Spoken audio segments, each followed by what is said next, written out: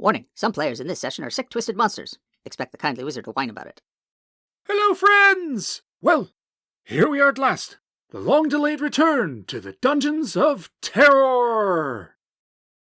When we left off, a group of adventurers had descended into the dungeon level of Castle Caldwell. After some encounters, they returned to the portal hoping to climb up, but found the rope ladder was gone and they were trapped.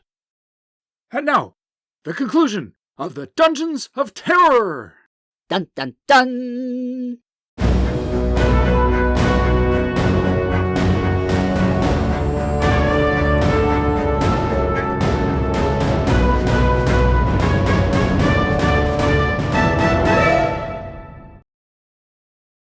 As always, the action is recreated using the Order of the Stick, Monster for Every Season cutout minis.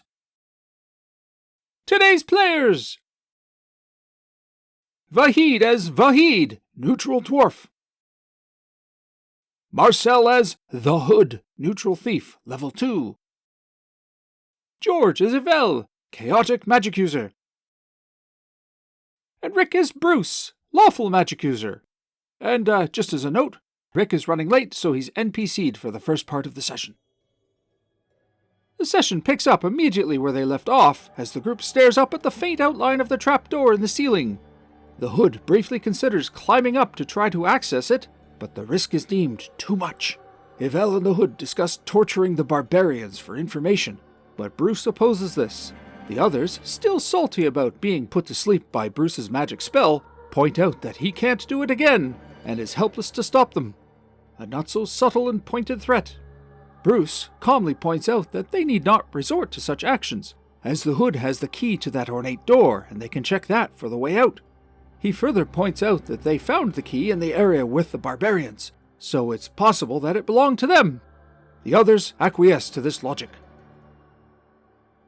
Not wanting to lug around their loot, but also not wishing to leave it out in the open, they move to the now-deceased magic user's laboratory and tuck it in a corner, concealing it by burying it under the wizard's bedding. Feeling that this is yet not enough, Yvel suggests that they urinate and defecate on it to dissuade any interlopers from searching it. Bruce and Vahid are disgusted by this and protest, turning to the Hood for support, but the Hood has already dropped trow and standing over the pile, spraying it down. Oh, it's going to be that kind of session, is it? Yvel orders the retainers to drop deuces. Only Edmund complies. With the bedding that is hiding their loot sufficiently despoiled, they move on. What have I gotten myself into? Why can't we have normal players? Have you played many games? These are normal players, I'm afraid. Moving to the ornate doorway, the Hood checks for traps. Finding none, they employ Aaron to open the door, keeping his shield up for protection from any darts like the previous trap they found. There are no traps, and the door opens with the sounds of mechanisms clacking, a hermetic seal releasing stale air. The Hood points out that the barbarians couldn't have come this way given the state of the air. They toss a torch in, and satisfied nothing is living inside, move in. A green glow reflects from a cabinet of treasures in a corner of the room. Vahid notes that this door and room bear some dwarven workmanship. The Hood fires an arrow at the treasure to see if it sets off a trap, but the arrow simply vanishes. Concerned, they stop and proceed cautiously. Bruce examines the area, noting that it's clean, no dust or debris to indicate disintegration. Rick arrives at this point and takes over control of Bruce.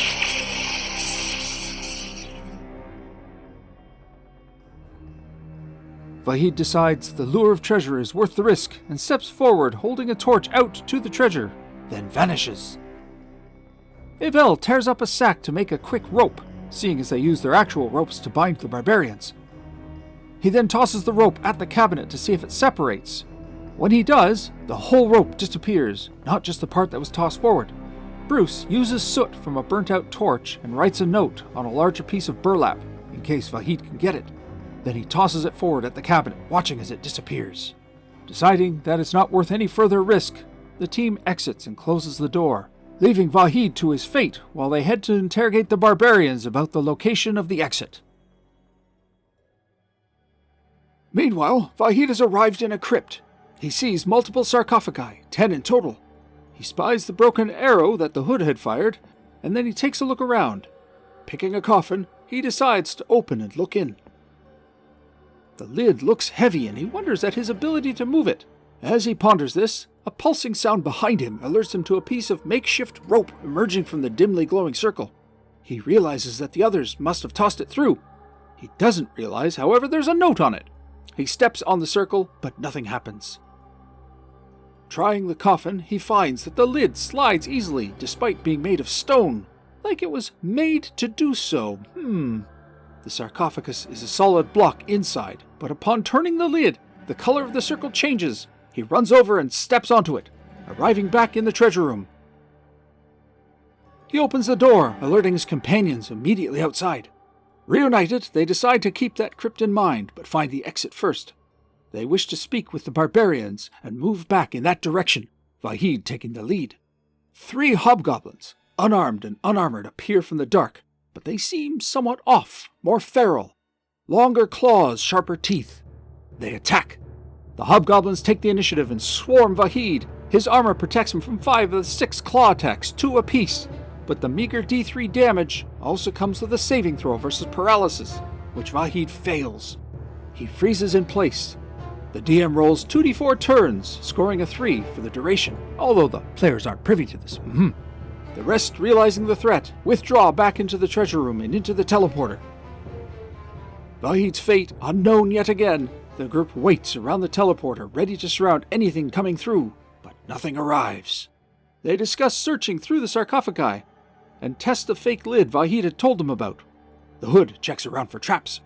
Evel and the retainers move the fake lid to reverse the teleporter, but realize it lasts for less than a minute before automatically resetting. They attempt to hold the lid open, but it takes all 3, proving fruitless in the end. Instead, they assign 1 person to keep resetting it regularly.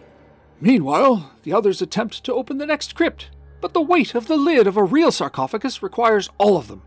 Beneath, a corpse sleeps in the gentle repose of the dead. They burn it and seal the coffin to wait out the fire and smoke. Back to Vahid, the feral hobgoblins are deciding what to do with their prisoner, not killing him outright. Vahid does not speak their language, so it's all gibberish to him. They ultimately drag him deeper into the complex, to an unfinished cave area, and strip him of his weapons and armor. In the crypt, the group opens the coffin, now convinced that nothing dangerous is inside. They find that the body was resting on a bed of silver coins. They spend the time to fill up 2 sacks worth and move on to the next one. They move the first coffin lid to shift the transporter so they can leave quickly if need be. As they open the lid, Evel tosses a torch inside, but the body catches it and springs to life. The module says a 1 in 3 chance on a D6 for surprise, but the group is alert and taking no chances, so the DM has reduced it to 1 in 6. Evel rolls a 1. The undead monster pushes the lid up and springs to attack. 5 possible targets, so a D10 divided by 2 and rounded up is used to determine where its attack is directed. Bruce is the unlucky soul. It grabs his face, and the others watch in stunned horror as it drains Bruce's life force, and his shriveled husk of a body collapses, instantly dead. This is no mere zombie, but a wight. They call to withdraw. Evel, Hood, and one of the retainers declare retreat, and the other retainer a fighting withdrawal. Initiative is with the team, and Hood, Evel, and Edmund, now in control of Rick since Bruce is dead, escape out of the teleport circle. Aaron's fighting withdrawal doesn't quite allow him to make the full distance, leaving him within striking distance of the undead. His weapon is useless against it. The DM rolls, but the attack is a miss. Next round, initiative is rolled. Aaron wins and flees out the portal just as it shifts shut, preventing the creature from following. Aaron emerges, now wishing he had followed Evel's orders to defecate on the bedding earlier, as now he must live with his soiled trousers. Fed up with this, and realizing that both the dwarf and Bruce are out of the picture, they say there's no barrier to doing what needs to be done to get the information from the barbarians. They move to the room with the bound and still magically sleeping barbarians and pick one. They wake him up after stripping down his leather trousers and putting their blades to his throat and a more sensitive area. Warning, these players and their actions are not family friendly. Is this really necessary? Really? Keep narrating, wizard. They wake him up, demanding answers. The reaction roll is low and the barbarian is defiant, stating that he is ready to die, and he horks up phlegm and spits on Yvel. How shall I put this in a family-friendly way? Yvel, being the consummate treasure hunter, decides to claim the barbarian's family jewels. The barbarian screams, but his morale holds and he continues to spit at them defiantly. Yvel cauterizes the injury with his torch, prompting more loud screams. They realize that even though the screams aren't enough to wake the other magically sleeping barbarians, this might attract those hobgoblins, and so they kill the barbarian to silence him. Deeper in the cave, the screams have indeed caught the attention of those hobgoblin creatures, who leave Vahid behind and go investigate. The DM has been tracking the time. 3 turns is not a lot in a dungeon crawl, and Vahid's paralysis is wearing off. The Hood and Yvel wake up another barbarian in a less than pleasant manner, but this time, however, offering a carrot instead of a stick. They spin a story about skin changers and how they were all affected by an evil wizard who put them to sleep. Reaction rolls are more positive, and they glean that the other barbarian with the bear shroud is the leader of the war party, and that the hobgoblins are allied with their tribe, known as the War Bears. The hobgoblin chief sent 3 of the elite guard to aid in the hunt for the skin changer, who is a mutual enemy of both. Yvel then unexpectedly stabs the barbarian to death. The spray of blood covers a surprised Hood. They concoct a set of lies to tell the other barbarians and win them over. The retainers move the dead barbarians to another room. Yvel had tossed a torch into the cave area to keep an eye out, but he notices that the torch is gone. They light another and toss it, revealing the 3 hobgoblins creeping forward. There is no surprise. Yvel rushes back to the room with the Hood, and they revive the barbarians, hoping to win their friendship that they need not fight the hobgoblins. The gambit works as the war party leader, Herger, wakes up and once his head is clear, speaks to the hobgoblins in their tongue. He asks where Wiglaf and Rolf are, but Hood and Yvel weave a string of lies about the wizard who betrayed them all and slept them with their magic. Herger is displeased at this, but confirms that any who were affected by the spell could not be a skin changer, as such magic is ineffective against them. With the retainers returning from dumping the bodies in the nearby room, Hood quickly gets them up to speed with loaded speech so as not to tip off the barbarians. Vahid returns, seeing everyone together. The feral hobgoblins, also known as Thools, tell the war chief that they had captured him but did not know where the chief had gone to. Herger, seeing the Hood covered in blood, praises him for painting himself with the blood of his enemies in battle. The war gods smile upon him. If they count the skin changer as their enemy, then they are friends of the war bears. Hood jumps on the opportunity to ingratiate himself with this warrior and offers his services in hunting the skin changer. Herger finds his blade, a noticeably nicer one than the rest, and cuts his palm, offering a blood pact with the Hood, who uses his own magical dagger to cut himself and take the barbarian's hand. Herger states to the Hood that he is now a friend of the tribe. Vahid, annoyed at his treatment by the others, warns the war chief not to trust Hood or Yvel, as they are cowardly and deceitful, very willing to betray allies. Hood asks if such insults to a friend of the warbears will go unpunished, but Herger tells him that the dwarf speaks plain and it is up to the Hood to answer if he's insulted. Hood immediately draws his weapon and rushes at Vahid, but Herger calls out this act as cowardly. Attacking an unarmed enemy who has made an accusation is not the warbear way. They must fight as per the code, single combat. Herger ensures that Vahid wishes to challenge, and then says they are both to be armed. Vahid claims his sword, but Yvel is crafty and grabs the nearby 2-handed sword that belonged to Vic the Barbarian, one that the group was using to pen the gelatinous cube in. Fortunately, the hold portal spell is still in play, so the doors remain shut. Yvel then passes the sword to the Hood and tells him to use that one instead of his own. The Hood then demands that Vahid be unarmored, and Herger then insists that Hood must abide by the same restriction, so they are to use weapons and no armor. The duelists move into the large adjacent room, and the combatants engage. Marcel had hoped to use a DM's house rule regarding 2-handed weapons getting first strike against approaching enemies, but Vahid knows this gambit and remains rooted, waiting for the Hood to come to him. The Hood calls out to Herger, denouncing Vahid's cowardice, but Herger retorts that he has himself not moved forward, so his words are empty. The Hood finally creeps forward, ultimately giving in and getting into melee range, accepting the loss of initiative with a 2-handed weapon. Vahid rolls, scoring an 18. The Hood has 8 hit points. Vahid rolls a d8, +1 for strength, scoring a 6, a 7 total with his bonus, leaving the Hood with but a single hit point. The Hood's counterattack likewise scores a hit. The Hood's strength is 8, meaning a -1 penalty, but a two-handed sword is d10 for damage. Vahid is injured from the Thule, leaving him with but 3 hit points. A score of 4 or more wins the fight, and luck is with the Hood as Marcel rolls an 8, beheading his dwarven adversary. He picks up the head and gives it to Herger, who approves and prays for the dwarf to drink mead with his god.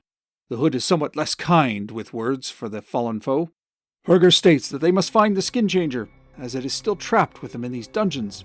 But Hood and Evel once again lie through their teeth, claiming to have seen the creature escape through the hatch they came through and murder guards above. The ruse is believed. Herger tells them to seek out the warbears in the region overseen by the Karamakos fort known as Fort Guido. That is where the warbears reside, as well as the tribe of hobgoblins that the 3 Thules belong to. Announcing that it's time to leave, Herger takes them to a portion of wall close to the door to the treasure room and quietly whispers something the others cannot make out, but the wall opens to reveal a corridor. Before they leave, Evel and Hood remember their spoils and ask Herger to wait while they retrieve it, volunteering half to the barbarian tribe. Herger accepts, much to the chagrin of Hood and Evel, who had hoped the warrior would politely decline. But they recover their loot. As well, the Thules return to the deep cave where they had held Vahid and return with spoils of their own. The group follows this corridor into the wilds, where the warbears and Thules part ways with the team, Hood and Evel promising to find them near Fort Guido. The Hood and Evel then make their way to the town of Kleina, opting not to head back to Caldwell Keep, knowing that a doppelganger did in fact likely escape up that hatch and is among the residents there. The Hood claims his war dog from the kennelmaster in Kleina, as well as the dog that Vic had purchased. XP is awarded, and the session concludes. Well, friends, that was, different. Quite the turn of events. Some exciting developments, and even a little seeding for future scenarios. This adventure is finished, but the scenario is not. However, all has been revealed, so while it's possible that someone may go back to defeat the White, or rather, Whites plural when you add poor Bruce to it, there are no more surprises, so it's safe to review it without worrying about spoilers. The Dungeons of Terror is another of the mini-scenarios presented in the classic module B9, Castle Caldwell and Beyond. This much-maligned module features 5 simple scenarios meant for basic D&D. B9 is often criticized for falling short of the desired quality of published modules. John, the old geek, and I have had several discussions on this front. But where he clearly abhors the final result, I have come to a different conclusion. And while I agree with the consensus that this module certainly could have used some refinement before going to press, the result is still playable. These scenarios work despite their flaws, and more often than not, I've seen players walk away happy with the sessions. That said, the Dungeons of Terror is my least favorite of the lot. It certainly suffers from the same problems that plague the rest of B9, but further, I feel it requires the most work from the DM to, fix, as it were. But while there is an inherent internal logic to each of the other scenarios presented, this one stretches credibility a little too far. You can tell that whoever created this one didn't put any thought into the encounters or logic behind the way they were laid out. They are seemingly meant as nothing more than a gauntlet of combat encounters for players to battle their way through, with no real nuance to it. It requires the DM to sit and figure out motivations for each creature, as well as a good justification for their presence in the ostensibly sealed-off dungeon. Dungeons of Terror gives us a small dungeon with only 2 exits, one of which is hidden away, but there are crazed magic users living adjacent without barrier to a hive of robber flies, a roaming gelatinous cube, a doppelganger, berserkers, and Thules, with no guidance as to why and how they are all there together with minimal barriers. The only instruction to the DM is that they should attack the players. Yawn. Now, with a little work, it can be made somewhat palatable. In this case, the magic users are there for their own purposes related to the robber flies, so that's easy enough. The berserkers become a war party hunting the doppelganger, allied with a hobgoblin tribe that has provided Thules. I often see Thules played as ghouls by DMs, but that seems silly to me as Thules are effectively hobgoblins that have been altered. but they aren't mindless eating machines. They are still living, intelligent creatures. Obviously, anyone down there would try to avoid the gelatinous cube by staying in areas where it can't or doesn't go. This dungeon does feature some puzzles, which I like, but I'm averse to puzzles that require the players to solve before they can proceed. There's always a risk that the players will be unable to solve a given puzzle, and that will grind things to a halt. In this case, if the players don't figure out the secret command to open the exit, they will die down there. That in itself isn't bad, but as a DM you have choices to make. Do you fudge to get them out? How well do your players react to such things? These are decisions that you have to make before putting your players through a scenario, especially if you're the type of DM who simply dictates what scenarios the players will play at a given session, rather than allowing for player choice as to which dungeons they enter. Since the players didn't actually get to learn the secret command word to exit the dungeon, I won't reveal it as it's part of a handout that the module includes. I will say it's somewhat childish and silly, even for an adventure possibly designed to be presented for a younger crowd. The final part of this dungeon I do quite like, the crypts. It's the one element of this scenario that fits organically, that being a crypt where previous owners of the keep have been interred, with their treasures well protected by both magic and, of course, the undead. I mean, what would a crypt in a D&D game be without some form of undead? Am I right? And of course, the other final element for any successful game is the players. This playthrough saw some wonderful interactions between the players. The lawful Bruce being at odds with the others led to some fun exchanges. Vahid and Hood's duel at the end was unexpected, and both players reveled in the tension of it. Regardless of the quality of any printed scenario, the meat of any role-playing game really comes down to how the players interact with the scenario. And one another. So, how do I rate it? The pros. Good loot, small layout that can be finished in a session or two, and plays better than it reads. Cons. The illogical monster complement and motivations that require the DM to put a little extra work to justify. This one, despite playing well, gets a C-. It's okay, but there are some facepalm moments for sure. Nothing to write home about. Definitely the weakest of the mini-adventures presented in B9. Yet, with a little elbow grease, the DM can make even this scenario very palatable. Well, friends, that concludes this one. Events are developing, and there's no shortage of adventure threads. Where will the campaign go? What choices will the players make?